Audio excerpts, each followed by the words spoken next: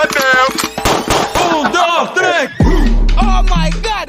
That's just too dirty! Yeah. The shit's fire. This is a fucking banger. Ladies and gentlemen, cats, snakes, dogs, chicken, elderly people, workers, and twerkers. Yeah. Turn it up! I don't give a fuck. It's the Ruckus. What the fuck you expect? I body slapped my wife, my nigga. Man.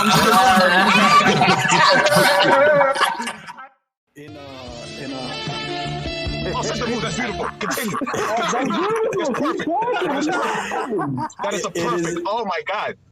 All I'm gonna say to you, KC, is anybody who's got a girlfriend during the podcast better be on their best behavior because shit will get fucking out of control. Yeah, pretty much. Shit will get I'm out of gonna control. be awfully quiet. Engage in abstinence. These girls, I have a fight in 2 months. I can't talk about sex. I have a fight I'm just coming gonna up. be honest. Don't worry, I'll represent everybody. Nigga, man, you ain't never had no sex. How you gonna talk to them? So what, bro? We can't Keep it If you've never eaten ass, you shouldn't speak. Yeah, there I'm muted. Kelvin is Gave me the first topic. Do you like your ass eaten? Do you like your curse cake to be lit? I stopped doing that. Oh, damn, Alex. Damn, Alex. Comiendo culo. Alex don't be like I got E. coli from that. I'm about to pray for you, Alex. Damn. Do you eat ass? Yes or no? And if you do, you're gonna have your own cup in my house. With your name on it. Thank you for telling me in advance. Oh God. So we've gotten all the technicals and the ass licking out of the way. Are we ready to go? Yo, Alistair's recording it, and this is scary. Oh my God. Go, baby. Is everybody ready? Dale. All right, yo. So is everybody ready for another episode of the Ruckus podcast? We ready? Everybody's giving. Man, KC, we ain't even started. All right, guys, the podcast is over. Good night. I'll see you later. I'll see you later. Lou, Big Al, Kelvin, KC. To our three listeners who faithfully listen to us. Hold on. Yo, we're gonna fuck Mike's rating because they're gonna be like, they don't talk about eating ass in that cab. I don't know what the fuck is going on. I'm going to live. They've been warned, damn it. They've been warned. Mike ain't getting no more customers. No, Mike's either going to have the best review tonight or the worst. Yeah. Or maybe both. Who knows? He might end up licking somebody's ass tonight. We do not know. Yo. Bruh. I hate everybody right now. I hate you all. It had to go there, bro. I'm sorry. That joke was there. It was. I had to go. I respect the move. Bro. I respect the move. I respect it. Man. Yo, Mike, just go offline, bro, after that, right? Alex is always in the kitchen. Why is Alex always in the kitchen during our podcast? That motherfucker stay hungry. He's stay eating his kid's cereal, bro. It's the only spot. It's the only spot that he's eating his kids Captain Crunch and shit. Yeah, like, yo, they wake up in the morning, no cereal. Dad ate it all.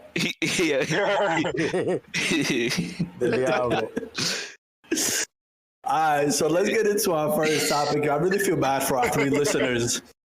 Be like, yo, these motherfuckers are really crazy, man. Let's get into our first topic.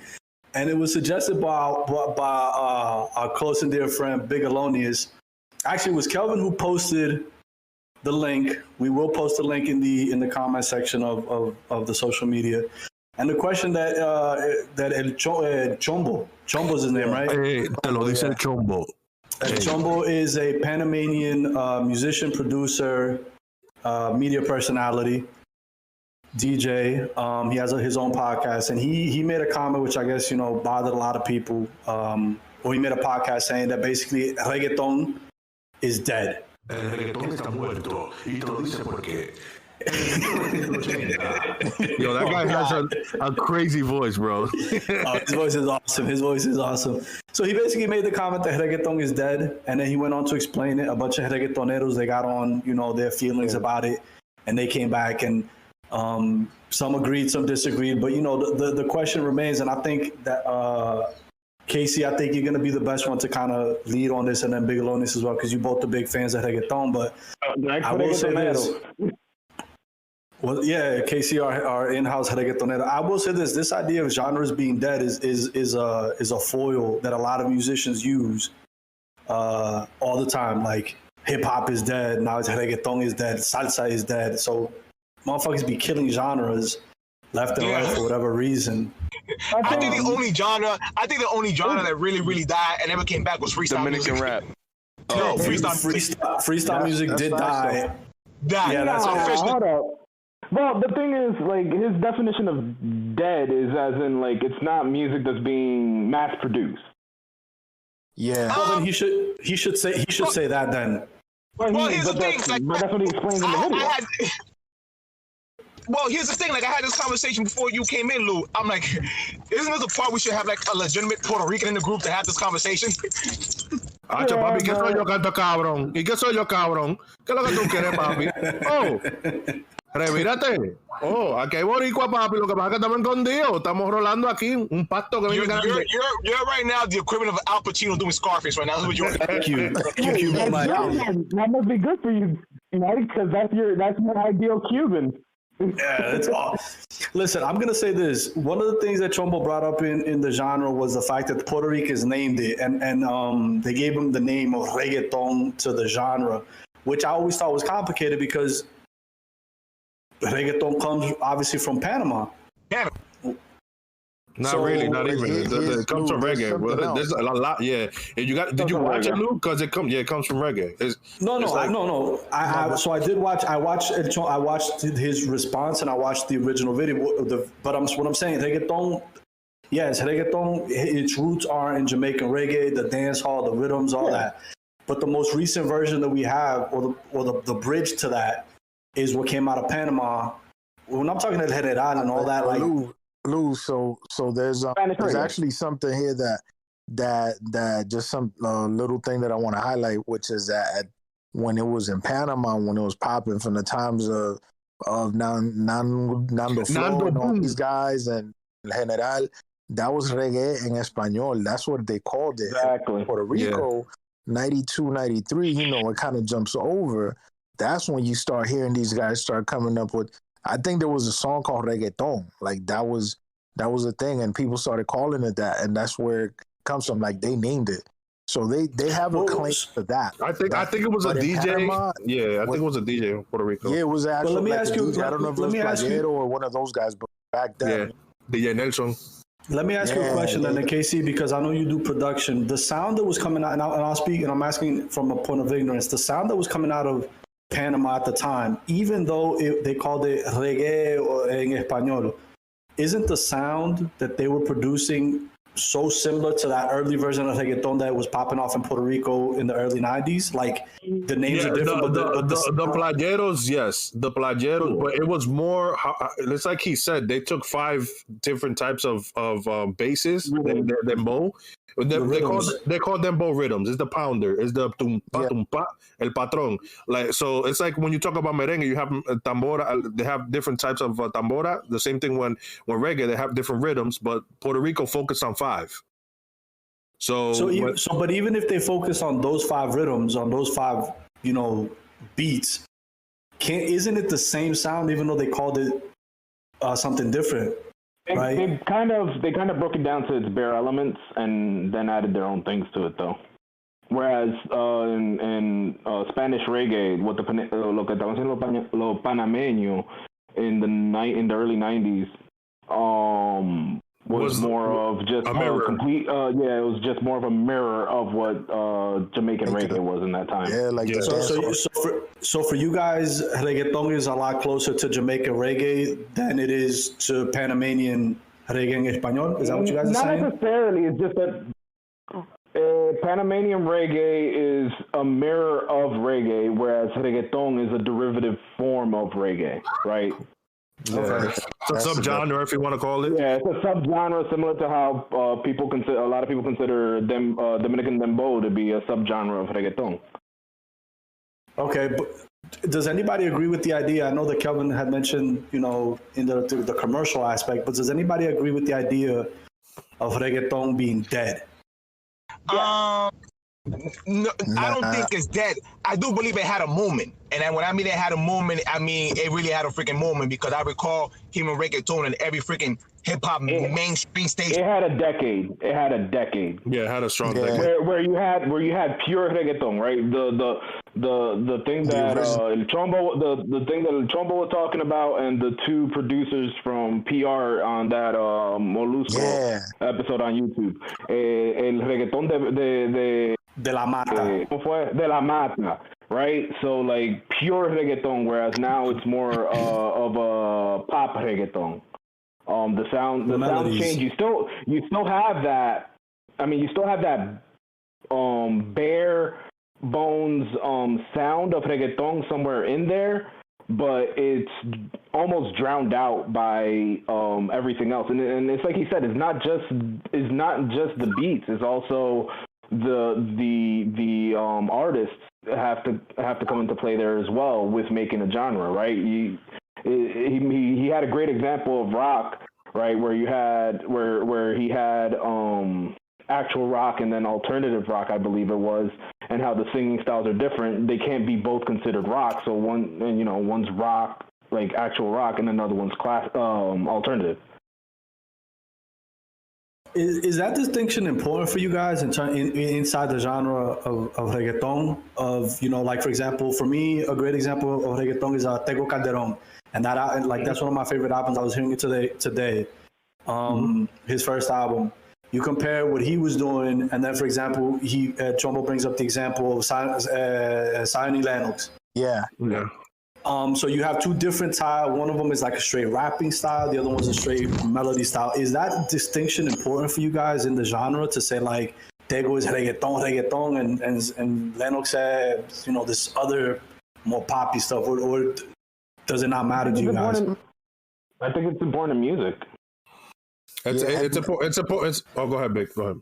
So I think that under the umbrella of reggaeton, like, it's okay to have the distinctions, or to just kind of say, oh, this is different, and this is what these guys are doing, and over here these guys are doing this. So really it was gonna happen regardless. Somebody was gonna come up with different names for different things. Like when you get into the thing of Dominican Dembow, something that El Alfa was saying in an interview, he's like, look, what we're doing, like, we can't keep using the name Dembow. We gotta come up with another name. So I think this is something that happened in reggaeton. Some other guys were like, we're kind of doing something else, but the name's out there, which is what Chombo was saying. The name was out there. That's what they gave to the world. And what's being done now is this reggaeton melódico, this pop reggaeton is not the bass, like reggaeton de la Mata, like the producers were saying. So yeah, they don't, what I'm saying? It's not the same thing. So why not call it another name? And I'm sure the conversation still happens. It's tough. I mean, it's similar to what, I don't want to say specifically hip hop, because hip hop is more of a culture than just like a genre. But you have different styles within it. Would you consider what Drake does now rap? So that's a great question, Kelvin. I'm glad you made that bridge. And that if Chombo makes that argument about reggaeton and we're agreeing with that, then to me, Drake, there's a lot of rappers today who aren't hip hoppers. Yeah, a lot of them. But then that's the thing, right? With hip hop, it's a little bit more. With hip hop, it's a little bit more difficult, because hip hop in itself. Do we consider hip hop a genre or a culture? Do we consider the genre should be rap? That falls within the umbrella of hip hop culture. Rap is the genre and hip hop is the culture. So we'll go with the rappity rap part. Exactly. Yeah, exactly. So then, would you consider what Drake does rap? No. Unfortunately, yes. See, I would put it the other way around. Like Chombo said, he's a rapper who does pop. Exactly. Like he's able. So KC, for you, Drake is a rapper? He raps. He sings. Just because he sings, that doesn't take away from not rapping. He raps, but he raps on pop. That's fine. That's fine, Lou, because he can be a rapper and do another genre. So then, what would you call his genre? Exactly. I mean, well, that's the thing. He spends more time. He spends more time outside of rap than he does inside of rap. That's true. This is what I'm going to tell you guys, and you can see a similar picture with the reggaeton issue. It comes a point where you want money, and you made one pop record, or you made one como le dicen fresa record in reggaeton, una canción para la mujer o lo que sea, and you saw that brought you more money, so you start to move towards that line, and that moves. So when you started with a specific tone, like you can hear early Drake is not the same Drake of now, and you evolve as an artist, and then you also try to pay your bills, which I don't see anything wrong with that. Now, nobody's saying anything's wrong with that. It's okay. But some genre changes. That's all it is. No. I don't see anything wrong with it. I don't see anything wrong with it. My thing is, you just won't fall into the same genre anymore. You have to fall into something else. No, I agree with that. But what I was going to say is a lot of people are taking what Chombo said, like, I mean, it seems to be like, that's why Moluco brought him over. A lot of Puerto Ricans like, no, que él está loco, que lo de ahora estamos haciendo lo mismo. It's very different. Like, what he's basically saying, just because you put the tumpa tumpa doesn't just make it reggaeton. Exactly. You know, it's the same thing. It's like just because you have a tambora in a Shakira song doesn't mean it's merengue. You know, it's like you has merengue elements. And that's what people they take it as an offense. It's not an offense. The artist evolved. They became pop because it leaves more money. But how much of Chombo? Oh, go ahead, Calvin. My fault. And that's one of the things me and KC were talking about before the podcast was, to me, reggaeton changed after Danza Kuduro came out by Don Omar. Yeah. And that was the turning point where they're like, yo, this pop shit makes money. We need to change our sound to sound more pop. So you can, and if you're doing that, you can no longer be called reggaeton, because it's no longer just reggaeton. It's reggaeton mixed with other elements in order to make it more mainstream. That's why they did bachaton, and they did like you remember the time they used to put the bachata, the bachata. Y otra cosa, like, something else is that with you mentioned Don Omar, he's a great example, because Don Omar, even though he comes from the reggaeton de mata, the original shit, you know, he comes from that era. Yo, like he really did come from that era and that whole environment. But then he was one of the first to really experiment with different shit. Like when you think about this, he was doing the Señor de la Noche, and you know, like the ¿Cómo se llamó el álbum ese? Salió el Sol, The Last Dawn songs, bro. Like yeah, The Last Dawn. Yeah. No, the one after that, the one that was like more. It was kind of like electronic. Oh, wait. You know which one it is, because it's like the cover. Yeah, like that's the thing with Don Omar. He's always been experimenting with other sounds. I think he's talking about either I Don't.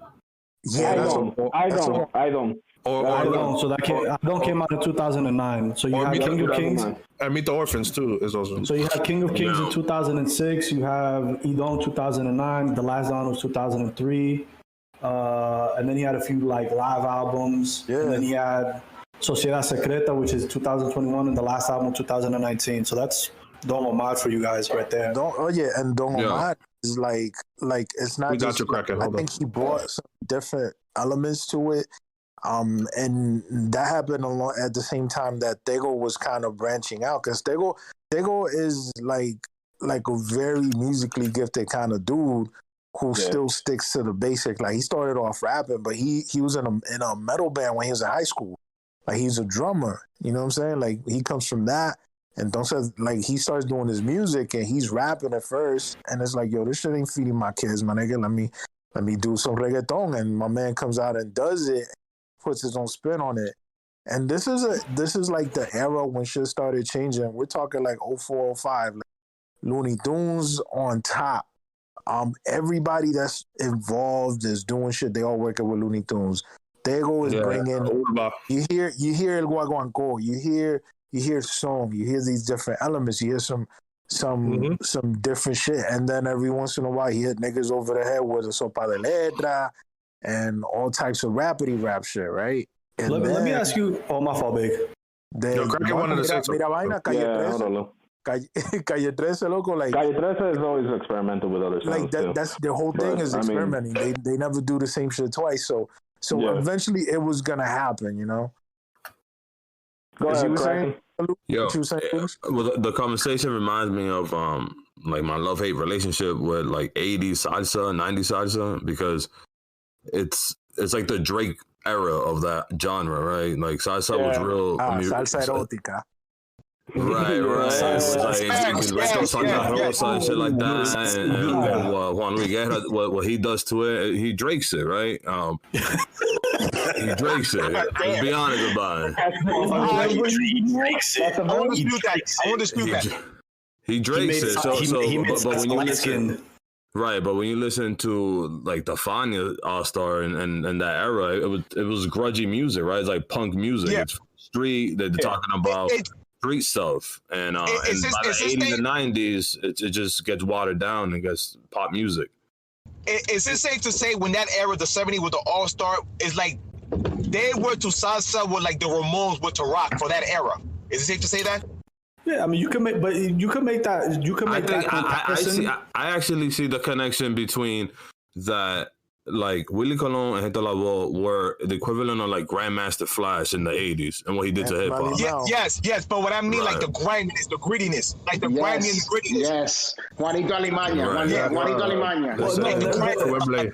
I mean, they're talking about they're singing Spanish music, right? About like trading like balloons, right? Like heroin and stuff, and taking heroin, and I mean the struggle and the drug dealer and the cops and I mean, one of these songs was coming out in the late 60s, and it wasn't until like Grandmaster Flash in the 80s that black music started doing that. I mean, that's like 15, almost 20 years before, you know, Puerto Ricans. You got a whole generation that... Right, Puerto Ricans influenced hip-hop and the whole mentality a lot, and early on. The like, you listen, matter of fact, and y'all are pretty familiar with Ruben Blades. You listen to Ruben Blades, bro, like, and the level of songwriting was so advanced, like in the early 70s, that like bro, you see the influence in other genres. In other genres, right? Like, right. I mean, what would you say is your favorite, Ruben Blades song? And I guess I'm trying to connect it to reggaeton somewhere, because I feel that all that shit kind of trickles down in a way. Right. I mean, as a writer, the best one is El Cantante, right? As a writer, like the song itself, he wrote that. He wrote that. And he gave that to, because he needed a song. Right. Hector needed a song. I mean, I gotta be honest, I'm not a big Ruben Blades fan, because I don't like his voice. I respect his talent, but I'm not a big fan of his. But I mean, that nigga's nasty for sure. Pedro Navaja, loco. Pedro Navaja. Actually, Pedro Navaja is just a Spanish version of Mac the Knife. Yeah. So, but that's part of like how, and this is one of the things I've been studying music recently, is that in the Latin America, African diaspora, there's no such thing as stealing.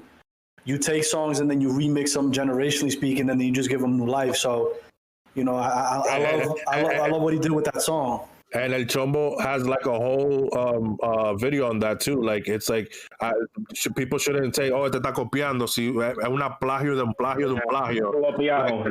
Like that China song, they were like, "Oh, because it's like Shaggy." Yeah, but if Shaggy, he showed how Shaggy took that from somebody else, and how that person took that from somebody else. I was like, "El Diablo." This is why, man, Chombo. If Chombo says something about music, bro, you gotta take it like libro, bro. Knows this shit. It's funny you mentioned that, man, because it was like You guys remember that old school? I was listening to this pod. You guys listen to Latino USA, the podcast? Every now and then. I've listened to it before, not recently. Yo, my man, like, you remember that old school rock song from the 50s, Louie? Yeah. Louie. Yes, man, like, they went the history behind it, how that shit got broken down like 5 times because they all thought it was a white group. Right. And then they thought it was a rock group. Then they dissected it again. Then they thought it was a Latin rock group. Then it got dissected one more time. Yo, that song came out like in fucking 1919. It was an old Cuban song. Oh, yes, sir. Well, it was an old from 1919, from around that era. So it's interesting you say that, Mike, because that connection between old black jazz and blues bands from the 1920s. They went to Cuba and a lot of Cuban bands came to the United States.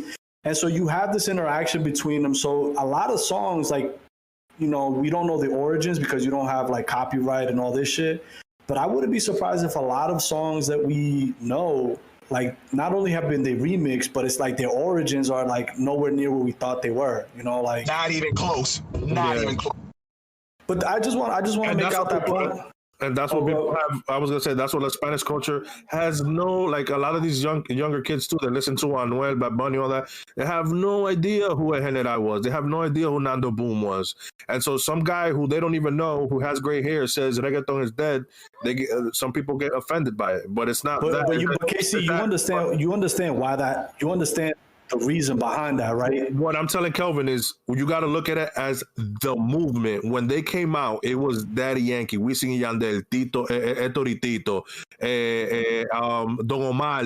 ¿Tú me entiendes? Tú tenías entonces en los productores, Simon Milena, tú tenías Looney Tunes, a Ulva, a freaking, el que habla con la mano, Eliel. Like, that was a whole movement of like 10, 15 artists all doing the same thing. ¿Tú me entiendes? Exactly the same thing. So that's a whole movement. ¿Tú me entiendes? So like the 90s would, or when you say 90s with hip hop or rap, it was everybody doing the same exact thing. So now you don't see that. Now these artists, they do trap, they do Latin trap, they do pop, they do reggaeton with 50 different sounds, which is like it's almost like EDM, but with the tumpa tumpa just enough in the bottom to keep the people, you know, it's like, oh, it's something I know. But it's different. It's not the same thing. Then this is why it's dead to him. You know, I mean, I could agree with him, but I agree with him. I wouldn't say completely dead. Let me. I was just gonna finish up. I wouldn't say completely dead because still sometimes, and notice this, when these artists come with these reggaeton, like he said, like Checky Checky, like look at Bad Bunny with Zafaera, like when you hear that, people go wild because that is the reggaeton de la mata that they're talking about. Now you hear it, the people who hear it now, they love it, but they have no idea that eso viejo. And then now you're hearing something different. That's a perfect example de que las cosas no están iguales. Papo, el chombo tiene razón. ¿Y tú sabes por qué? Porque te lo dice el chombo. I got a real quick question just to kind of finish off the topic. Would you say that the statement that Chombo made about reggaeton being dead is like, isn't it weird that he says that because a lot of old school reggaeton artists would have said the same thing when reggaeton first started 20 years ago. So isn't it kind of weird that he makes that? Because like we talked about earlier, reggaeton comes from this Panamanian thing and then this Jamaican thing. And anybody who's listening to those two genres and then hears reggaeton is going to say, well, reggae en español está muerto. And then now you fast forward 30 years and now you got Chombo saying reggaeton is dead. Like, isn't it kind of weird that he would, like, it's like searching for a purismo that doesn't exist? I mean, it's that old head talk. That old head talk. No. He's not talking like that. It happens because it could be a young person that could come up with the same shit. But when it's somebody like Chombo who's involved in it, who's done it himself, you know, he has like the foundation to stand on to make that sort of statement. You know, exactly. You know, and it's not the same, Lou, only because who was out there saying 20 years ago when reggaeton was starting to pop up and become big that said reggaeton is dead? Nobody. I don't think they said. I mean, what? And my dad told me this. He told me that que eso es un pasatiempo. Eso no va a durar. Yeah. My dad told me this years ago, and I'm like, and I told him that the other day, like, tú ves que yo le estaba riendo, mira, Daddy Yankee no está, papi, tenemos 20 años hablando de él. Y me dice, sí, pero la música de Daddy Yankee hace 20 años es lo mismo que ahora. And then he kind of showed me up too. He hit me with that kind of Chombo thing. But what I wanted to say, Kelvin, is let's not forget, I'll let you finish, Kelvin. Let's not forget the perfect analogy that he gave, that pop is like a parasite. That it jumps on every single genre and it converts things to something with that is not what it was originally, or that pop is a black hole. It sucks everything in. Yeah, so it's like elements to the needs to survive. Exactly. So it's Michael Jackson's fault. To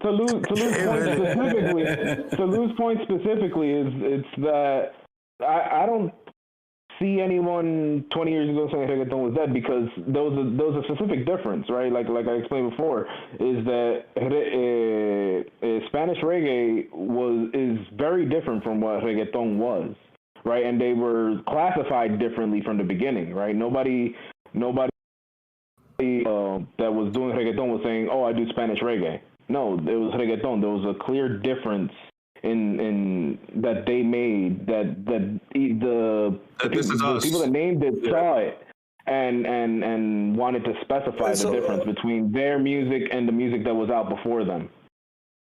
But I could make the argument that you only create quote unquote a genre so that you're able to then have domain over its authenticity and its origin. Because and the reason I point that out is because like I'm in my head going back to the music that I listened to as a kid, so the Spanish reggae en español, and then listening to what the Boricuas were listening to back in the same year, and I have a tough time in my head finding a distinction. And then this thing that comes reggaeton comes a few years afterwards, don't mind the timeline, but it comes a little bit later. And still I hear a lot of this reggae en español, this, Jamaican stuff in their sound. And I feel like they just put this name on it in order for them to be able to say, like, this is what we're doing, even though what we're doing, and I'm not criticizing it. But it sounded exactly the same. It's not the same. Is trap the same thing as rap? I mean, as hip hop? Well, trap now is the same thing as 90s hip hop? No, of course not. But they're two genres that were created 20 years apart, and then But reggaeton is really 10 years because Nando Boom is 91, 92, 93, 94 maybe. Playero's 97 around there. Reggaeton really had its moment around 2002, I would say 2003. So where do you start? Hold on. So good point. Where do you start the calendar, the clock on reggaeton? For me, it's Tego Calderon. So Tego Calderon for you is like the what about becasue? Where does he fall in that? He's playero and he's rap to me. He's a rapper. Playero en the noise. But para mí that Playero y Noise es lo que él está hablando. Now, if you listen to that, it's parecido al Gato Volador and all that stuff that you were hearing in 93, 94. The Playero stuff. So for you guys, you don't have that was Evolution Point too, though. I mean, there's gonna be, and that's part of that's part of the issue, right? Is that there's a point in where the music's evolving, right? And that's where it muddies the waters and trying to figure out exactly where it started and that's where the previous one ended. And that's the same with that's where I wanted to get genre, to. though. But that's where I kind of wanted to get to. It's like, KC, he knows his stuff. He pointed out 4 or 5 different genres that literally one started on top of the other time-wise. It's like, while one was kind of in decline, another one was merging. And so you muddy the waters. And what's the point of saying reggaeton is dead? If in fact, we don't even know when it began because you have all these, these overlaps. No, you know where it began. You know where it begins. The thing is, you're always going to have people debating where it began because you can say, all right, so when is the exact beginning of hip-hop? Of rap? Well, but hip-hop's a little bit different. Yeah, hip-hop's a little bit different because the story of hip-hop has been told and, categorized. We know that, Kool Herc and all these dudes were in the Bronx doing the turntable thing. So we have dates. But what are they using to spit on? Records, but records that were already played. I mean, it's not records, R&B records or jazz. They took jazz, they took everything, and they mixed it. So reggaeton is elements of reggae. They just did that, but at that time we had technology. They didn't need to do turntable stuff. They just use a computer or PC, and they took the main thing that defines the reggaeton is the patron, the pounder, the tumpa tumpa tumpa tumpa tum, that, and then the piano, el contratiempo, plan plan blank, like that thing. And yeah, it has, of course, it has elements of reggae. That's why they call it reggaeton. But the reason why is because it's a whole different, diferente. Look, if you want, we can't do it now, obviously, because of the copyright reasons. But we can play songs from 92, 91 from the Spanish reggae to reggaeton, to tego, and to Etoritito, and it's totally different. Yeah, but and you see the guys that you see the guys that created it changing throughout the time, because that's how it is. They adapt to it. And yeah, exactly. Their evolution of into creating it into reggaeton, you see it within listening to their music of that time. Yeah, but the thing about it is but their evolution wasn't organic, and I will admit that I do have a problem with it, because their evolution is based on money as opposed to creativeness. Creating for the purpose of creativeness, you understand? That's just an issue I have with music, and you're gonna put Playero in that? No, not Playero. That early stuff. But I'm saying from Playero is where it started, right? That's where that's where reggaeton started becoming reggaeton and getting and not having that as much of that reggae feel, right? They kept the bare elements, but that's where they made their own sound from. But was that change that happened at that time? And I'll ask this question from a point of ignorance. Was that change due to financial reasons, where the promoters and the record labels are coming in and pumping money, or were they just kind of experimenting with new sounds? Reggaeton came a part of just being like party music, right? Just la casa, just house parties. That's where it evolved from. It's similar to how we can talk about hip hop and DJ Kool Herc and all that, making music, for parties and stuff like that, and get-togethers. That's just the same thing happened with reggaeton. Yeah. After him, when you get to the Daddy Yankees and stuff, that's where you start seeing, where now it's being commercialized, but it started as just party music. It was kids getting out, skipping school and throwing parties in their parents' house while they're not there, and them and the DJ doing his thing. And Abram just mentioned something real quick that just reminded me of when it started popping, which they called it underground. They didn't call it reggaeton. That was your transition point. It was literally reggae en español to underground to reggaeton. That was the transition. And Abram mentioned it. I'm like, yo, that's exactly how it happened. Man, fuck Abram. He's mad he didn't say it. Right. I don't like this topic, man. These niggas are shining out here. Fuck this.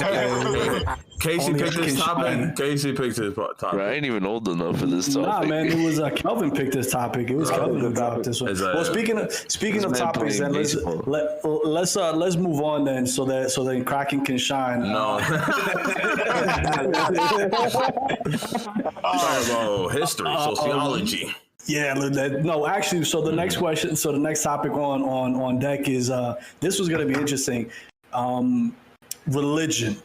Dun, dun, dun. Where's our soundboard manager? Where's our soundboard guy? We need a. Yeah, the one be fucking useful. Yeah, be useful, Casey. Do work, damn it. Get back to work. Fun's over. Yeah, do what you get paid for, Casey. So the next topic on deck is religion. So let's be real specific. This is one of those conversations we could go on for fucking ages, but I want to be real specific. Religion works for controlling the population. Okay, next. I told you. Conversation is over. The conversation was, is society good? Is religion good for society? And Abram has answered our questions. Anybody who's studying religion in college right now, you can change majors. Priests should stop preaching. Graduate yourself. You're welcome. Yeah, okay, Abram ruined a whole bunch of careers. But seriously, so religion, is it good for society? Yes or no? Anybody want to take the bait on that one? Yes. Fuck it, I'll go first. No. Yes. But go ahead, Mike. Go ahead, Mike, so that you lead this. Look, one thing, because my mom is a religious person, and when we talk to religious thing, and I think it's something that me and Luke can relate, because we kind of practice the same religion in that department. One thing that my mom told me, any type of religion is good as long as you don't become a fanatic. Just like anything with politics, you can't be like a stand out of it, and you can't use that to try to manipulate people. And that's why people get turned off with religion, because once men get involved, like the power of men get involved, they mess up the whole process and they mess up your whole belief. And the issue with people is, instead of putting their belief in faith, they put their belief in man. And if you put your belief in man, be prepared to be disappointed. There you go. Ah, shit. Take that, Joe. Here's my problem with that statement, though, is the fact that religion was created by man.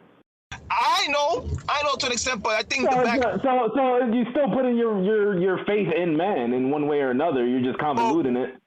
We were not born from that era. From my knowledge, I think the men back in the day, I think the variation of people, it couldn't be just one person. So I think the variation, the crew decided, all right, we're going to do this. It's a combination of people that did had good intentions of trying to bring some sort of faith. And then you had the other side that said, okay, we're going to use this to try to control the people. So you just got to try to balance of which one did it for the good and which one did bad. We have crews right now too, the billionaires. Yeah. All right, now we're going left now. Now you're talking about capitalism. Relax. No, because it's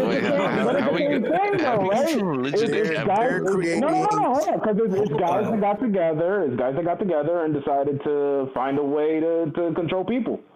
Right. Yeah, right. But hold on. So, religion, when you say it was created by man, like maybe the institution, right? But people argue that the human need to have answers for living and dying is like a human need, right? Like it's organic, right? It's the same way that man started walking on 2 feet, right? You wouldn't say that they created that, right? It's kind of like you morphed into that. You know what I mean? So there's an argument that there's part of evolution to make stories up about life and death, particularly death, because death is so hard.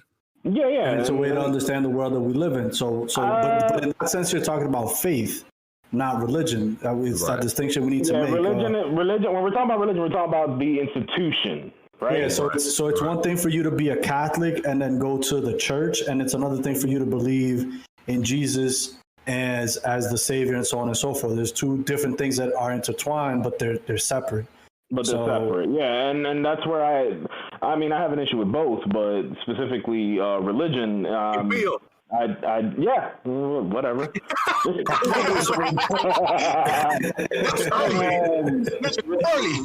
But I'm using religion specifically just because the institution of religion, to me, it was created to control society, to control a group of people, to whether it was for good or bad. I'm not saying that all religions, were created with a bad intention or even morphed into that, but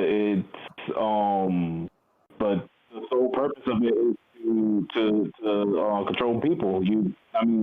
All the big religions now have a book where you follow that book, you follow the rules set within it, and you have to live within that. Well, I'm going to make a comment on top of that. And then, so Abram, he had made this question, which I thought was interesting. He said, how did we go from from religion to talking about capitalism? Oh, here we go.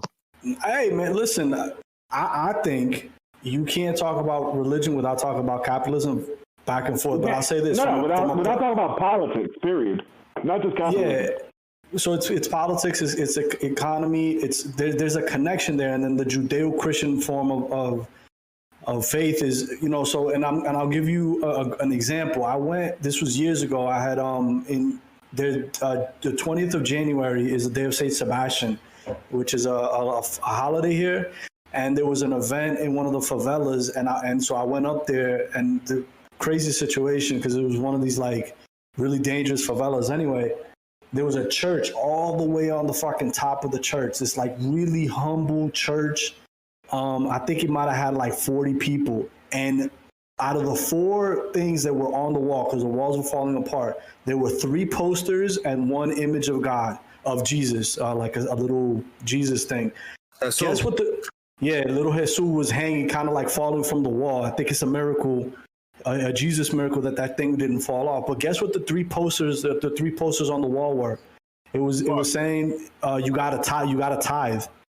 In the most poorest like community, it was basically saying like, to be close to Jesus, you have to give us your money. I was like, What the actual fuck? I'm not going there. Whoa, no, yo, it's only 10%, bro. It's only 10%, okay? I'm listen, man. Listen, I could go. I could tell the story a little bit better because there was a lot of other details, but that struck me out. This was one of the poorest places I ever been to.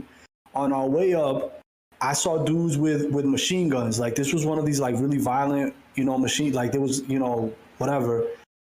The very top of the fucking hill is the best view in the city. These people are poor as can be.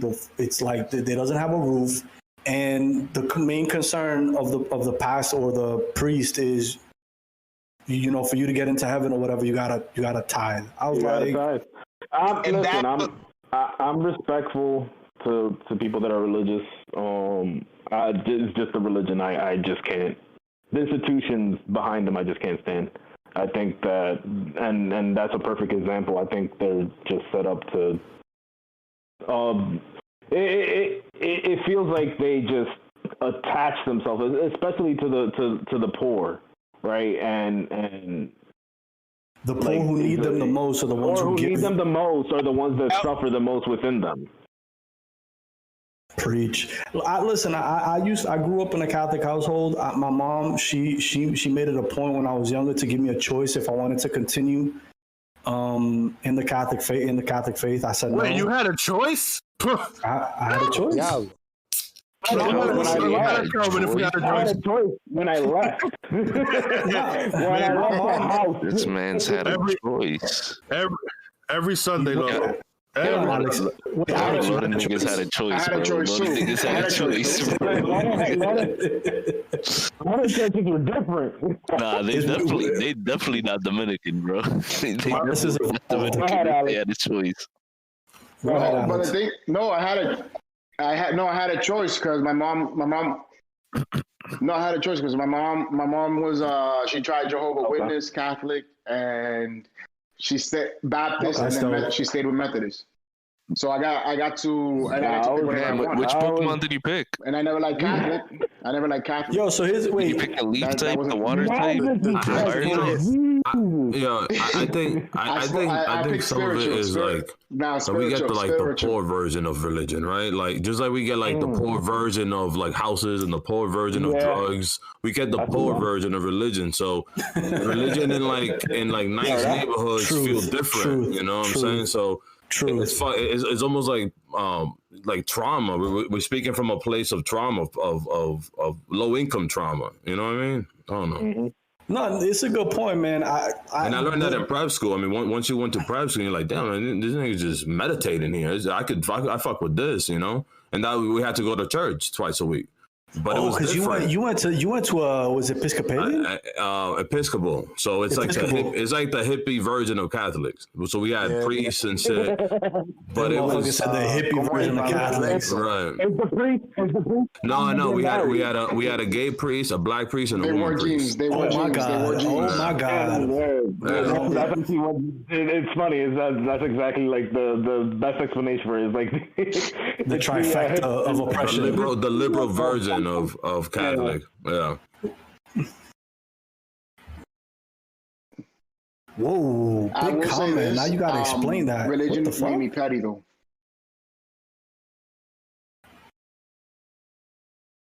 Nah, because I remember when my mom finally turned into Methodist, this group from the Bronx, these girls like same age as us, we were 16, and my cousin Carlos, we show up late. No. Check it out. They're praying, and you know when you're a teenager and they're doing prayer circles, you look at your cousin and they start making jokes and all that bullshit.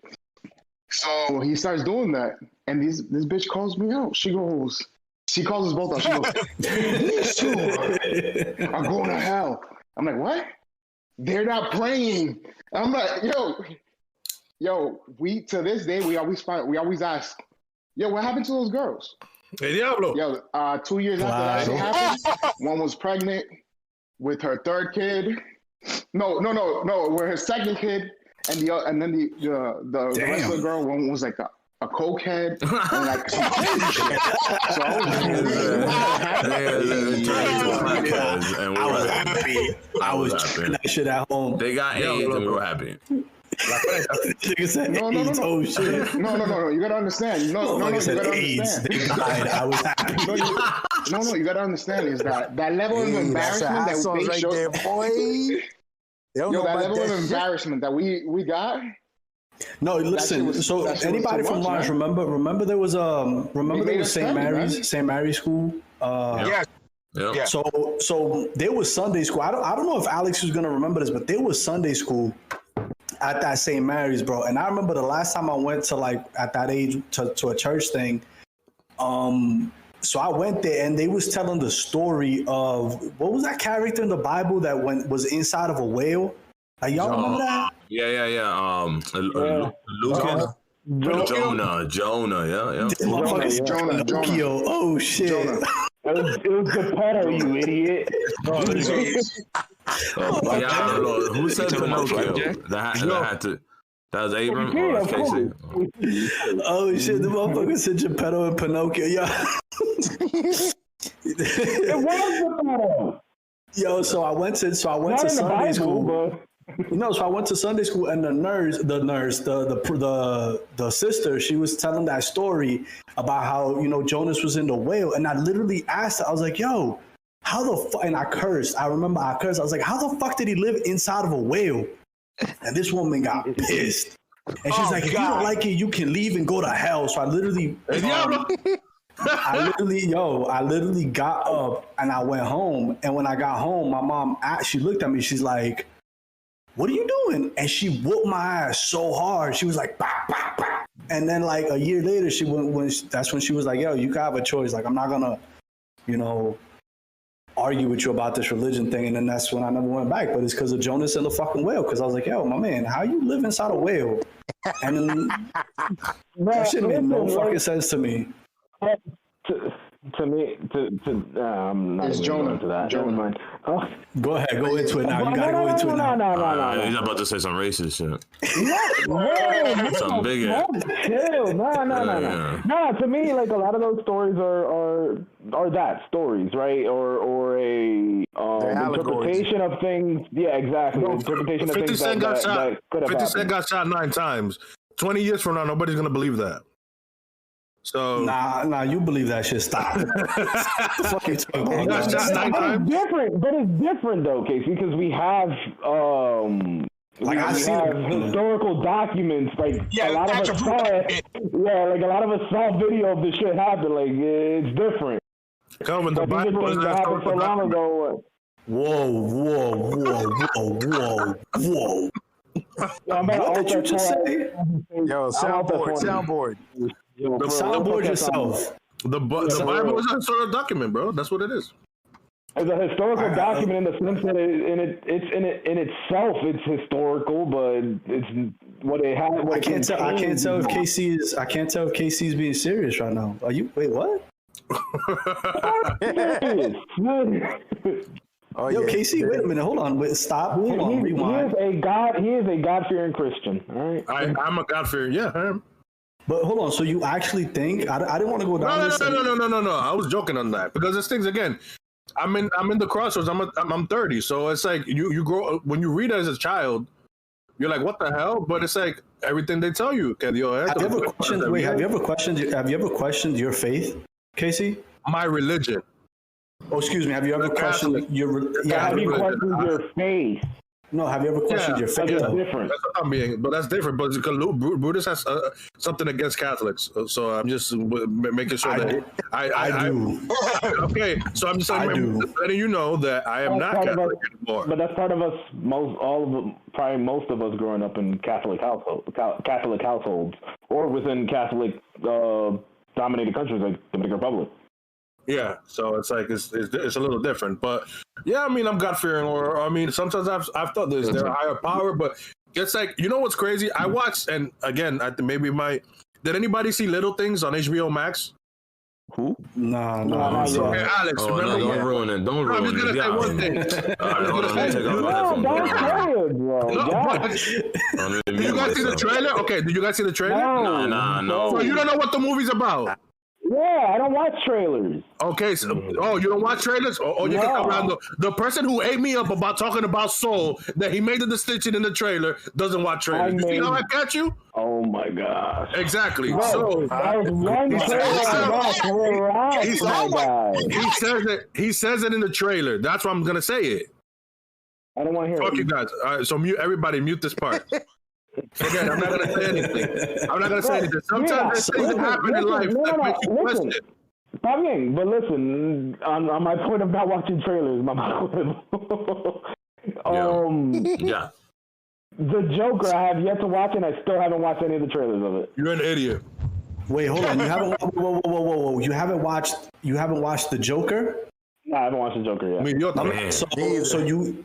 Wait, hold the fuck on. How did? Whoa! How did? They don't want to ruin it. I got it. I haven't watched the trailers either. I haven't watched anything about it. Like, I'm completely oblivious to what the movie's about, other than the fact that the Joker. My man, what rock have you been living under for the last 3 years that you have not watched? I have gotten very good at purposefully just ignoring shit. And I do that with most movies. But then he watches Bridgerton. I haven't watched Bridgerton. What the fuck? I'm 3 episodes in. You know? Fuck that. Yo, that shit's dope. I did watch Lupin though. Lupin was fire. Word? How is that? Hold on. It's a French TV show. But why are you avoiding the Joker?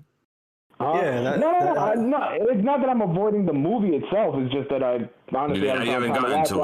I haven't gotten to it, so I've avoided everything else about it. Right? Yeah. This is gonna end, and this motherfucker still will not have seen the Joker. Like, bro, I've seen the Joker. Probably, yeah.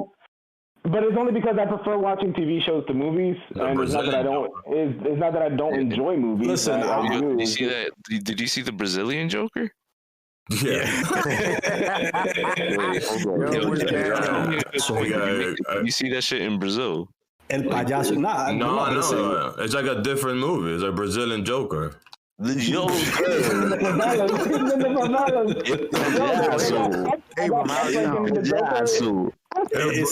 It's not in Brooklyn or whatever. It's in the favelas of Rio. Right.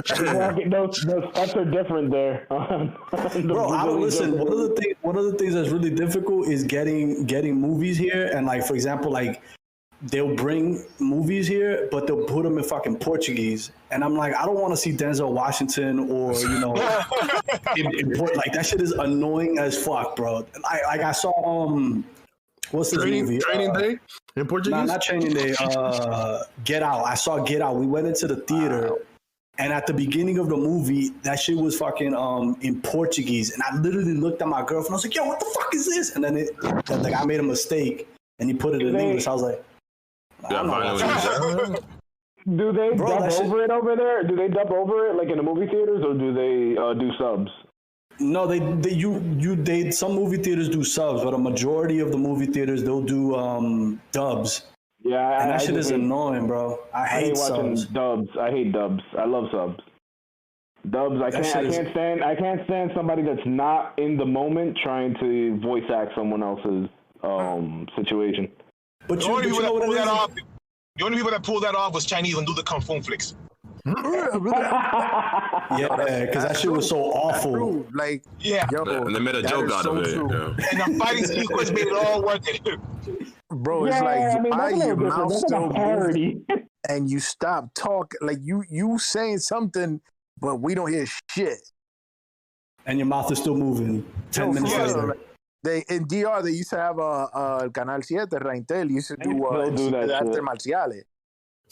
And they used to do it was all of the Chinese Kung Fu flicks, bro. Them shits was I'm like, bro, you think it's funny when you see the Kung Fu flicks in English, but in Spanish, my dude, it's even funnier. Bro, lo peor son los hispanos, loco. Los Spanish dubs, yo no sé si son los mexicanos or who it is, but you watching Rocky? Lo vaina. Yo, you know what? They try to make that shit the standard Spanish for movies and shit. Mr. Miyagi had no accent. He spoke perfect Spanish. He was from Now that you mention that, the first shit The funniest shit I ever saw in an Univision when I fucking saw Juice in Spanish. And I had a They had Juice on Univision? They had Tupac in accent. Talking about Tupac. Tupac. Not Tupac. Tupac. Oh, he had a Mexican accent. El más berraco. I know what you're thinking. Where can I find more? For full episodes of the Ruckus Podcast, you can check us out on Spotify, Google Podcasts, Apple Podcasts, and your other digital streaming services. The Ruckus, it's organized chaos. Don't worry, we're working on getting Mike a better mic. Get it, Mike? And don't worry about it. You'll get it eventually.